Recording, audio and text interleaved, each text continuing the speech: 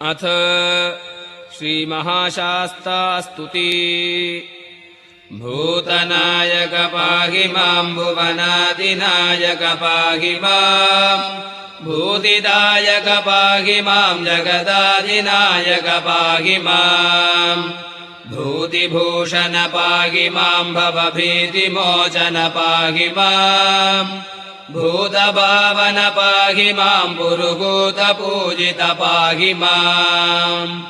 भक्तलोकपरायण भवरोगभीतिनिवारण भक्तमानसचारचारुण भूरिभूतिविभूषण शक्तियुक्त सनातन सनकादिशैर्यसुरावण नित्य निर्मल धर्मपाल कृपालय परिपालय हारनूपुरमेखलावलयाङ्गुलीय विभासुर वीरकुण्डल कङ्कणाङ्गद दिव्यभूषण भूषित सारसासन वर्णनीय सुरासुरार्चित पादुक वीरसिंह तुरङ्गवारण वाहन परिपाहि माम् चण्डभानुसुतांशुकुण्डल खण्डमण्डल मण्डित चण्डकण्डन दण्ड सन्मणिकण्ठ पण्डित वर्णित पूर्णचन्द्र समान तुण्ड मनोज्ञलोक नमस्कृत पाण्ड्यपालक भूतपाल कृपालय परिपालय कामकोटि समाभिराम धराकृते गुणवारिधे सोमशेखर शङ्कराच्युत भाव साधु जनार्चित सामगानपरायणाखिल रामणीय विभूषण हेमवेत्र विभूतिभूषण पाहि भूतगणाधिप वेदवर्णित पादसारस विश्ववश्यधराकृते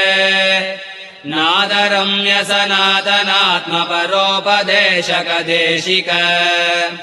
आदिनाथ चराचरस्थ समस्त भक्तवशङ्कर नाथ सद्गुरुनाथ भूतगणाधिप परिपाहि माम् पञ्चकृत्य परायण भवभञ्जन मुनिरञ्जन पञ्चभूत परप्रपञ्च विहार नित्य निरञ्जन पञ्चगव्य महाभिषेक शिरस्कनिष्कल निस्तुल पिञ्चशेखर वाञ्छित प्रद पाहि भूतगणाधिप पञ्चशैल विहार पाण्ड्यकुमार भूरि कृपाकर पञ्चपापादुद्धर भक्तहितकर जगदम्बर पञ्चशायक कोमलाङ्ग मदङ्ग जादिपवाहन पञ्चरत्न विचित्रभूषण पाहि भूतगणाधिप सर्वरोग विषाभिचार विषाद भाव भयापह सर्वसत्पुरुषार्थ शाश्वत सर्वसौख्य गुणावह सर्वशक्त चराचरस्थ समस्त भक्त वशङ्कर सर्वमङ्गल रूप भूतगणाधिप परिपाहि माम् पाहि मां मणिकण्ठ तुङ्ग तुरङ्ग वाहन पाहि माम् पाहि मां वरपाण्ड्यपालक भस्मभूषण पाहि माम्